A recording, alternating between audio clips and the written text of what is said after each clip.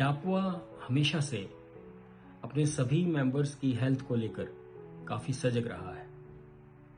इस दिशा में प्रयास करते हुए हम हर माह किसी न किसी अच्छे चिकित्सक को, डॉक्टर को इनवाइट करते हैं किसी रेप्यूटेड हॉस्पिटल से, जिससे कि वो विभिन्न विषयों के ऊपर आपसे बात कर सकें, आपकी क्वेरीज का जवाब दे सकें। इसी कड़ी को आगे बढ़ाते हुए हमने इस बार डॉक्टर आकांक्षा गौतम IVY हॉस्पिटल मोहाली से उनको आमंत्रण किया और उन्होंने डायबिटीज मैनेजमेंट के ऊपर सभी मेंबर्स के साथ बहुत ही अच्छा इंटरेक्शन किया। बहुत सारे मिथ्स को डायबिटीज से लेकर, बहुत सारी क्वेरीज को डायबिटीज से लेकर, उसका मैनेजमेंट कैसे करना है, उसके ऊपर क्या क्या हम कर सकते हैं, उन सब के ऊपर बहुत सारी जानकारी उन्होंने हमारे सभी साथियों को दी। एक बात मैं अपनी ओर से आप सभी को बताना चाहता हूं कि 60 प्लस में जाकर हमें मेडिसिन को मिनिमम से मिनिमम कर देना चाहिए और अपनी physical as well as mental activities के साथ अपनी बीमारियों के ऊपर, अपने शारीरिक अस्वस्थता के ऊपर कंट्रोल करना चाहिए। कोशिश करनी चाहिए कि जितना हो सके कम से कम दवाइयों का सेवन हम करें और ये संभव है। तो आइए दिखाते हैं आपको डॉक्टर साहब, डॉक्टर आकांक्षा गौतम से क्या बातचीत हमारी हुई।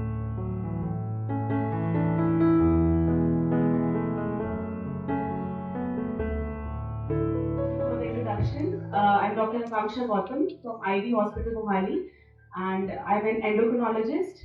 तो जो मेरी फील्ड है एंडोक्रिनोलॉजी, वो डील करती है डायबिटीज, थायराइड और हार्मोनल प्रॉब्लम से। 90% जो मेरी ओपीडी होती है, मोस्ट कॉमन जो हम बीमारी देखते हैं वो है डायबिटीज। वो इसलिए क्योंकि डायबिटीज बहुत कॉमन है। आपके आसपास आप अपने परिवार में या फिर अपने पड़ोस में किसी न किसी को जरूर जानते होंगे जिनको डायबिटीज है या जिनको प्री डायबिटीज है, और इसीलिए बहुत इम्पोर्टेंट है ये जानना, थोड़ा सा अवेयरनेस इस बारे में होनी चाहिए कि डायबिटीज बीमारी है क्या, क्यों होती है, कैसे आप इसे डायग्नोज कर सकते हैं और कैसे टाइम से इसका ट्रीटमेंट स्टार्ट करके आप इसकी कॉम्प्लिकेशन से बच सकते हैं। ऐसा क्यों है कि डायबिटीज को डायग्नोज करना कॉमन है? जैसे हम जानते हैं कि बहुत सारे लोग ऐसे होते हैं जो बस रूटीन में अपना टेस्ट कराते हैं और पता चलता है कि डायबिटीज है। तो हमेशा ये सवाल दिमाग में आता है कि ठीक है, मुझे कोई सिम्टम्स नहीं है, मतलब सिर्फ टेस्ट में पता चल रहा है, क्या मुझे मेडिसिन की जरूरत? लेटेस्ट डाटा है वो कहता है कि अराउंड मतलब डायबिटीज बहुत ज्यादा कॉमन है। अराउंड 11% पॉपुलेशन पूरे देश में हमारे डायबिटीज से ग्रस्त है और ये फिगर जो है हमारे रीजन के लिए और भी अलार्मिंग है क्योंकि चंडीगढ़ में अराउंड 20% पेशेंट्स हैं जो डायबिटिक हैं। 20% of adults are diabetes. It's a very high figure, बहुत ही ज्यादा मतलब अलार्मिंग फिगर है। और एक और चीज अलार्मिंग ये चीज है कि नेशनल एवरेज से भी ज्यादा है हमारे यहाँ पे डायबिटीज। तो इसीलिए हम बहुत कॉमनली डायबिटीज के बारे में सुनते हैं। तो बेसिकली डायबिटीज है क्या? जैसे हमें डायबिटीज होती क्यों है? तो बेसिकली हमारे अंदर एक ऑर्गन है जिसका नाम है पैंक्रियास। तो जो पैंक्रियास एक ऐसा ऑर्गन है जिससे एक हार्मोन निकलता है इंसुलिन। इंसुलिन भी एक हार्मोन है और इंसुलिन का काम क्या है कि जो भी हम खाना खाते हैं, जो भी कार्बोहाइड्रेट्स वगैरह हम लेते हैं, उसको एनर्जी में कन्वर्ट करना। तो अगर जिन लोगों को डायबिटीज होती है उसमें या तो ये इंसुलिन पता चलेगा, लेकिन हाँ, अगर आपने रिसेंटली टेस्ट नहीं करवाए तो डेफिनेटली आपको अगर ये सिम्टम्स आ रहे हैं तो आपको टेस्ट कराना चाहिए। जो थोड़े से ज्यादा स्पेसिफिक सिम्टम्स हैं वो ये हैं कि जैसे बहुत ज्यादा प्यास लगना, बहुत ज्यादा यूरिन आना, या आपका अचानक से वेट लॉस होना स्टार्ट हो गया है, तो ये सिम्टम्स है कि यानी कि डेफिनेटली आपकी शुगर 250-300 के आसपास चली हुई है। तो इसमें तो डेफिनेटली आपको शुगर चेक करानी ही है।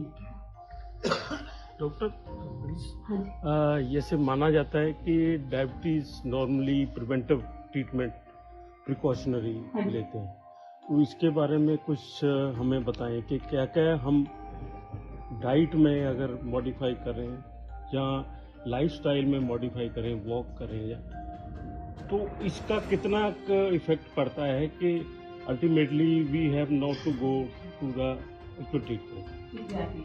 तो जैसे डायबिटीज, अब प्रिवेंशन की अगर बात की जाए कि डायबिटीज ना हो, सबसे पहले तो देखिए, अगर आपके फैमिली में किसी को डायबिटीज है तो यानी कि आप में जेनेटिक टेंडेंसी है डायबिटीज होने की, तो उस ऐसे पेशेंट्स भी डायबिटीज को प्रिवेंट कर सकते हैं। और डायबिटीज प्रिवेंट करने के लिए एक ही चीज होती है, वो है लाइफस्टाइल मॉडिफिकेशन और वेट कंट्रोल।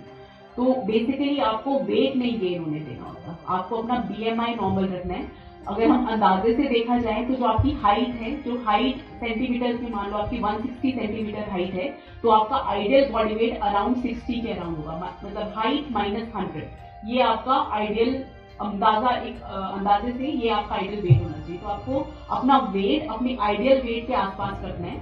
और डाइट में ऐसा है कि आपको वेट गेन नहीं होने देना है। डाइट जैसे जैसे कि अगर हम प्योर शुगर्स की बात की जाए, जैसे चीनी, शक्कर, गुड़, ये ऐसी चीजें हैं जो आपको अदरवाइज इसको आपको एक्स्ट्रा लेने की जरूरत नहीं है। आपकी जो नॉर्मली डाइट है उसमें भी कार्बोहाइड्रेट्स होते हैं, जैसे आप जो रोटी, चावल या फिर दालें या कुछ भी खाते हैं, उन हर चीज में कार्बोहाइड्रेट्स होते हैं। तो आपको एडिशनल शुगर डालने की जरूरत नहीं होती, वो सिर्फ एक एडिक्शन है, उसका सिर्फ वो सिर्फ टेस्ट के लिए आप ले रहे हो। अदरवाइज आपकी बॉडी को जितना कार्बोहाइड्रेट चाहिए वो आपकी नॉर्मल डाइट में कवर हो जाता है। और ऐसा नहीं है कि अगर आप चीनी नहीं खाओगे तो आपका शुगर एकदम लो हो जाएगा, वो इसलिए नहीं क्योंकि आप बाकी जो भी चीजें खा रहे हैं उन सब में कार्बोहाइड्रेट जितना आपको चाहिए उतने हैं। तो बेसिकली अगर प्रिवेंट करना है, वेट कंट्रोल करना है, तो सबसे पहले जो ये प्योर शुगर्स, अननेसेसरी शुगर्स होती हैं, इनको आपको कट डाउन करना होता है। जो भी आपका प्रोसेस्ड फूड है, जो भी एरेटेड ड्रिंक्स हैं, जो आपका कोक वगैरह, ये सारी चीजें हो गई, इवन फ्रूट जूसेस, फ्रूट्स हमेशा बेटर रहते हैं। कोई भी ऐसा फ्रूट नहीं होता जो हम बोलते हैं कि आप इसको आप बिल्कुल मत खाओ।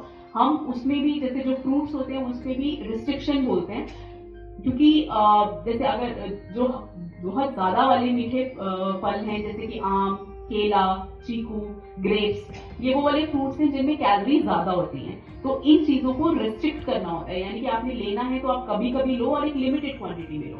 ये नहीं कि आप अगर आम खा रहे हैं तो आप डेली 2-3 आम खा रहे हैं। तो बेसिकली क्वांटिटी वाली बात होती है। फ्रूट्स को कभी भी एकदम रिस्ट्रिक्ट नहीं किया जाता। इनफैक्ट हम एनकरेज करते हैं कि डेली आपकी डाइट में एक ना एक टाइम फ्रूट्स होने चाहिए, और हमेशा मिक्स्ड टाइप के फ्रूट्स होने चाहिए, डिफरेंट फ्रूट्स, ताकि आपको, क्योंकि फ्रूट्स में सिर्फ शुगर नहीं होता है, फ्रूट्स में बहुत सारी अच्छी चीजें हैं, विटामिन हैं, मिनरल्स हैं, एंटीऑक्सीडेंट्स हैं, जो ओवरऑल आपकी इम्यूनिटी के लिए, आपकी हेल्थ के लिए आपको चाहिए। तो प्लस फाइबर होता है उसमें, तो बेसिकली पेट के लिए भी वो चाहिए। जूसेस हम अवॉइड करने के लिए बोलते हैं, क्योंकि जूसेस कंसंट्रेटेड शुगर्स होती हैं, उसमें फाइबर नहीं होता। अगर आप जूस बना रहे हैं तो आप, जैसे आप मौसमी का जूस बना रहे हैं, आप 3 या 4 मौसमी का जूस बना रहे हैं और 3 और 4 मौसमी का आप मीठा खा रहे हैं। इससे अच्छा अगर आप होल फ्रूट खाएंगे तो उसमें फाइबर भी जाएगा, उसमें आपकी क्वांटिटी भी लिमिट होगी। तो बेसिकली कोई भी ऐसा फ्रूट नहीं है जो हम बोलते हैं कि इसको बिल्कुल मत खाओ। हम उसको हमेशा रिस्ट्रिक्ट करने के लिए बोलते हैं कि आप इसको कभी कभी खाओ और एक लिमिटेड क्वांटिटी में खाओ।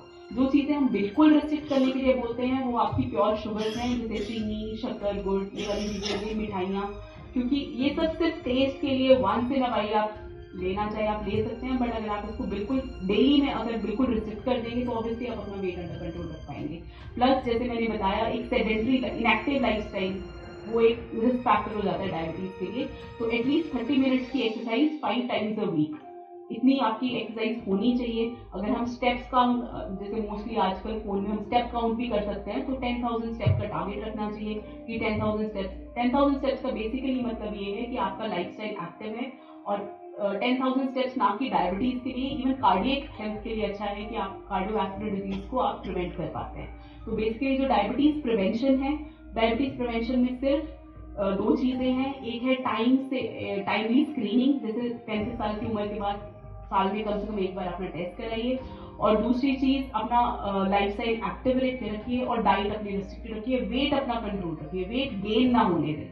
तो किसी भी तरह से बेसिकली आपको वेट कंट्रोल रखना है। कोई ऐसा डायरेक्ट कोरिलेशन नहीं है कि आप चीनी खाइए आपको डायबिटीज होगी, ऐसा डायरेक्ट कोरिलेशन नहीं है।